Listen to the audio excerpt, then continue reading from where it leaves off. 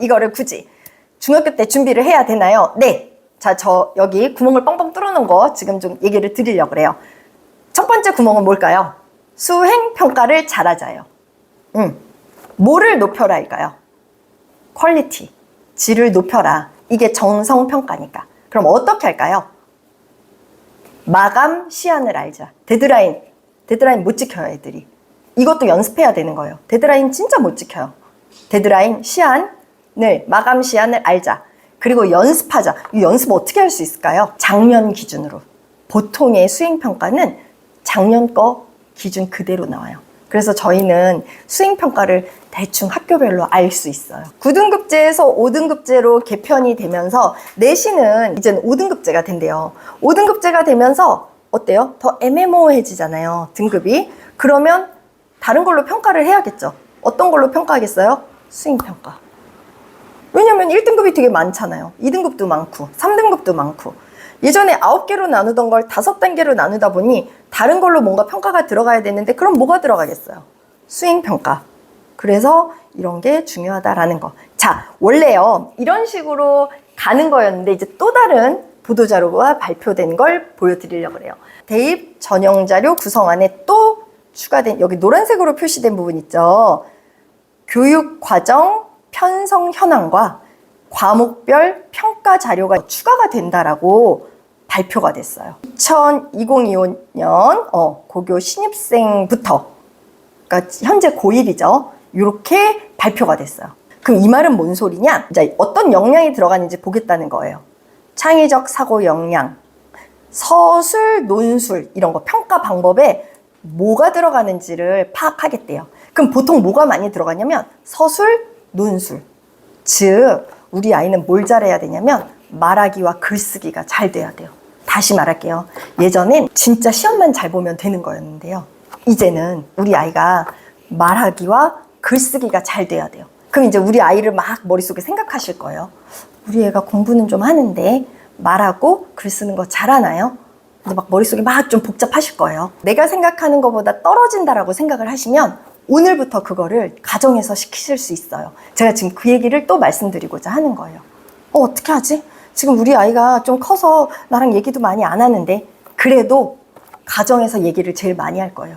아무래도 저보다는 엄마랑 더 얘기하지 않을까요? 저도 그거를 많이 하게 하려고 도와주고 하겠지만 그래도 엄마랑 더 많이 얘기를 할 거예요. 그래서 밥 먹었니? 이런 얘기 외에 어떻게 얘기를 끄집어낼 수 있을지에 대해서도 제가 조금 이따 말씀을 더 드릴게요. 또 하나, 우리 아이에게 유리한 학교를 찾으려고 노력을 하셔야겠죠. 머릿속 생각 많으실 거예요. 그렇죠? 우리 아이는 일반고가 좋을까? 특목고가 좋을까? 그러면 이제 많은 부모님도 이렇게 생각해요. 서울대 아니면 우리 아이는 그냥 포기해요. 이렇게 가면 안 되잖아요. 내 자식이니까.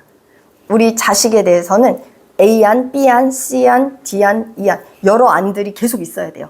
A안 실패했을 때 B안, 플랜 B, 플랜 C, 플랜 D 이런 게 계속, 우린 엄마니까 자식 포기할 수는 없잖아요. 계속 그 안들이 여러 가지가 있어야 된다고 생각해요. 우리 아이가 대학을 갈 때는요. 서논술형 평가가 확대될 거예요. 글로 쓸 줄 알아야 되고 머릿속에 알고 있는 걸 말로 할 줄 알아야 되는 평가가 확대될 거예요. 지금은 선생님들이 많아요. 애들은 적고. 그래서 충분히 아이들 얘기 다 들어줄 수 있어요. 충분히 다 들어줘요. 일이 아니에요. 한간에 이런 얘기도 해요. 아유, 그런 거 다 평가하기 힘들어. 안 힘들다고 저는 생각해요. 할 수 있다라고 생각해요. 그리고 또 수행평가 확대되는 거 보세요. 현재 중1 아이들 기준으로 얘기하면 제 생각이에요. 지금보다 1.3배가 늘면 늘지 줄지 않을 거예요. 그래서 머릿속의 생각을 글로도 쓰고 말로 할 줄 아는 그런 아이로 키우시기 바랍니다. 저도 그렇게 하려고 학원에서도 노력을 할 건데 제가 어머니들을 이렇게 부른 이유는요. 학원에서만 하면 이게 박자가 안 맞아요. 같이 해야 돼요. 가정과 학원에서 같이. 저만 이렇게 하면 진짜 박자가 안 맞아요. 부모님은 모르고 계시면 우리 아이는 제대로 잘 클 수가 없거든요. 제 철학과 부모님의 철학이 비슷해야 돼요. 엄마 아빠 철학이 비슷해야 우리 아이가 더 잘 크듯이 아는 걸 말하게끔 도와주세요. 그런 환경도 만들어주시고 이제 우리 애가 머리가 커서 글로 안 쓰려고 그래요. 그럼 제가 숙제를 내주든지 뭔가 환경을 만들어 드릴게요. 그럼 가정에선 그 숙제를 할 수 있게끔 도와주시고 물론 저는 학원이다 보니 글쓰기 학원은 아니잖아요. 그래서 영어적인 지식을 많이 넣어줄 수밖에 없는 학원이긴 해요. 근데 우리는 하브르타라는 걸 중등부는 하잖아요. 그 환경을 최대한 만들어주려고 노력을 하거든요. 초등부는 발표를 어떻게든 하려고 노력을 하는데, 이제 너무 발표를 많이 시키면 애들 울기도 하고 막 이제 가기 싫어 이렇게 하니까 그걸 너무나 많이 시킬 수는 없어요. 집에서 더 연습을 많이 시켜주셔서 잘할 수 있게 도와주실 수는 있거든요. 확실히 도와주시면 자신감이 생기고 잘하거든요. 아이들은 잘하면 재밌어요. 잘하면 자기가 진짜 잘한다라고 착각하고, 아이들의 성장은 착각으로 크는 거기 때문에 착각이라는 건 전 너무 좋다고 생각해요. 저 이 얘기 좀 해볼게요. 학교생활 즐겁게 해야지 하면 우리 중학생들은 야, 어떤 게 학교생활이 즐거운 거냐? 그러면 마라탕 먹는 거래요. 그럼 마라탕을 매일 365일 먹으면 즐겁냐? 그거는 그렇다고 생각하지 않거든요. 남자애들은 게임이 즐겁대요. 그럼 게임을 365일 하면 즐거울 수도 있는 나이 같네요. 지금 우리 학원 아이들을 보면. 근데 이게 우리 나이 때도 즐거운 건 아닐 거 아니에요. 저는 성취감이 정말 즐거운 거라고 생각하거든요. 내가 목표가 이 정도였는데 그거를 뛰어넘었을 때 진짜 아이들 즐거워요. 우리 중학교 아이들은 중간고사, 기말고사를 계속 보잖아요. 자기가 목표했던 점수를 뛰어넘으면 아이들이 표정이 달라져요. 그리고 저 영어는 이제 좀 되나 봐요. 막 이런 얘기를 한단 말이에요. 어떻게 보면 그것도 착각이에요. 근데 그런 착각이 아이를 정말 더 성장시키거든요. 그래서 제가 이런 착각이 계속 유지되도록 성적을 높이려고 제가 계속 노력해요.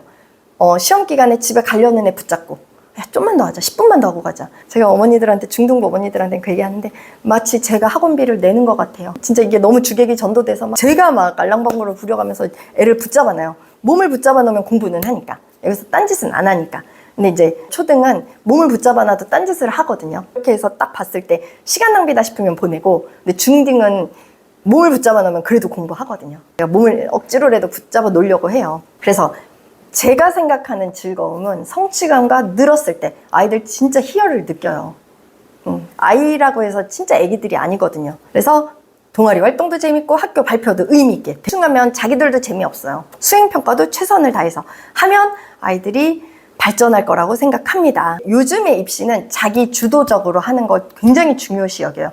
자기 주도적이라는 건 어린애를 야 네가 알아서 해, 이것만이 자기 주도적인 건 아니에요.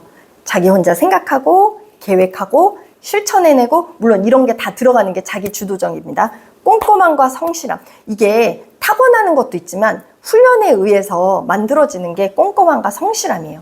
학원을 제 시간에 오는 것, 학교를 안 빠지는 것, 학교 지각하지 않고 가는 것, 밥을 제 시간에 먹는 것, 잠을 제 시간에 자는 것, 이 모든 게 다 성실함에 들어간다고 저는 생각해요. 이거 가정에서 도와줘야지 할 수 있는 거거든요. 저도 엄마잖아요. 쉽지 않은 거라는 거 알아요. 기분 좋으면 야 오늘은 늦게 자자. 저도 그러고 싶은 엄마인데 저도 이럴 때마다 생각해요. 그래, 우리 아이한테 성실함, 꼼꼼함 가르쳐야지. 오늘은 늦게 자, 이렇게 하고 싶을 때, 왜냐면 저도 막 빨리 씻기 싫거나 저도 그런 날이 왜 없겠어요. 그럴 때 저도 굉장히 노력합니다. 근데 발표력은 어느 날 하루아침에 짜잔 하고 생기는 거 아닌 거예요. 물론 성격이 8알이라고는 생각해요. 그러나 해본 사람이 잘해요. 그래서 하는 환경을 만들어주려고 저 굉장히 노력을 합니다. 김미경 강사 강의를 들었는데 자기 친정 아버지가 굉장히 잘 들어주는 사람이었대요. 그래서 학교를 갔다 오면 아빠한테 막 얘기해줄 게 너무 많아서 막 빨리 집에 오고 싶었대요. 그 얘기를 제가 딱 그 부분을 들으면서 저희 친정 아빠가 그러셨거든요. 비슷하다. 그래서 내가 말을 잘하게 됐나? 저도 막 학교 갔다 오면 우리 아빠가 되게 잘 들어주셔서 그 생각을 하면서 우리 아이 얘기를 많이 들어주려고 해요. 근데 저는 이제 아들 엄마다 보니까 우리 아이가 그렇게 막 얘기를 많이 하지 않아요. 그래서 질문을 해요. 얘기를 하게끔. 근데 이제 아들 어머니들 아시겠지만 질문을 한다고 아들이 하나요? 그렇지 않잖아요. 그냥 학교 어땠어? 라고 얘기하면 대화가 오래 안 가요. 그래서 어떻게 제가 바꿨냐면, 우리 중등부 하브르타랑 똑같죠. 얘가 알고 있는 지식을 물어서 얘가 나한테 설명을 하게끔. 그렇게 조금 바꿨어요. 그래야 대화가 좀 더 깊게 들어가고 길게 가더라고요. 학교 어땠어 가지고는 좋았어 밖에 안 나와요. 그런 식으로 해서 발표력을 끌어올리려고 저도 엄청 노력하는 엄마예요. 여름방학은 아무래도 학교 안 가는 시기니까 중등 어머니들은 바쁘시겠지만, 그러니까 아이가 바쁘겠지만 그래도 초등학생은 그래도 시간이 조금 더 있잖아요.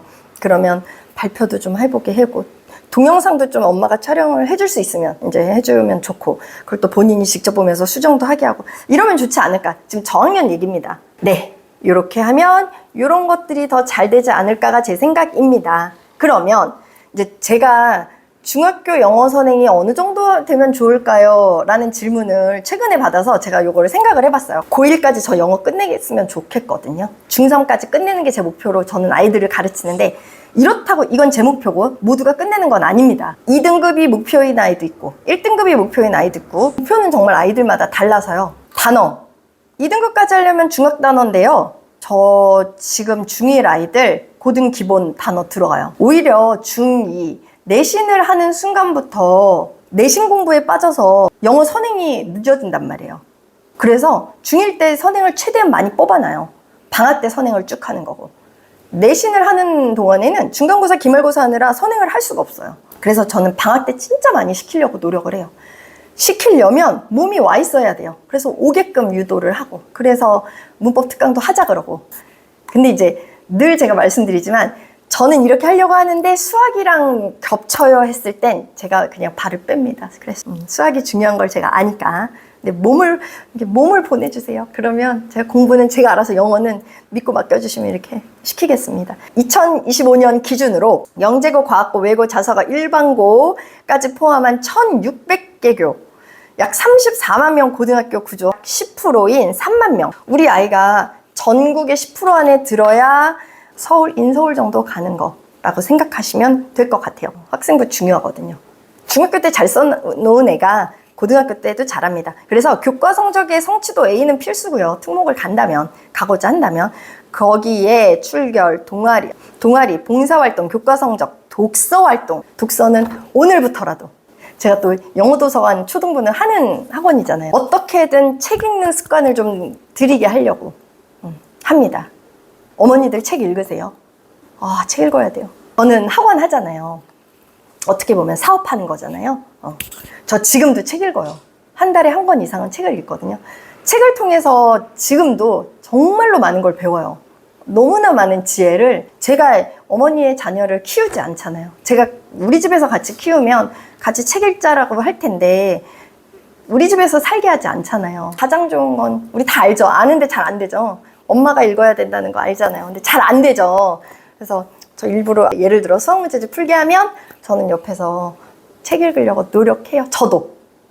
고입 자기소개서 작성법, 결과보다는 과정이에요. 저는 어디 대회에서 뭐 상 수상했어요 보다는 과정이 더 중요해요. 발전 가능성을 강조한 자기소개서가 더 중요하고요. 유명한 컨설턴트한테 써달라 그래야지 보다 자기가 쓴 글이 훨씬 더 중요하고요. 방과후 수업, 수행평가, 독서, 그리고 창의적 체험활동, 이런 것들 적극적으로 활용하는 게 중요합니다. 자기소개서의 본질은 뭔지 아세요, 어머니? 설득이에요. 여기 설득. 그래서 단순히 내가 뭘 했는지를 나열하는 게 아니라, 내가 자사고와 특목고가 원하는 인재상이에요. 그래서 저를 좀 뽑아주셔야 될 거예요. 라고 설득하는 게 기본이에요. 설득을 어떻게 하느냐? 근데 근거를 대서. 원래부터 이런 사람이 아닌데요. 저는 이런 과정을 통해서 이렇게 성장을 했거든요. 그래서 제가 이 학교를 가면 성장 가능성 있는 사람이에요. 그러니 저를 뽑으셔야 될 겁니다. 라고 설득하는 게 자기소개서의 본질이에요. 이건 고입도 대입도 마찬가지예요. 그래서 결과보다 과정을 말하라고 그렇게 얘기하는 거예요. 많이 어머니들께서는 막 성공한 것만 쓰려고 하세요.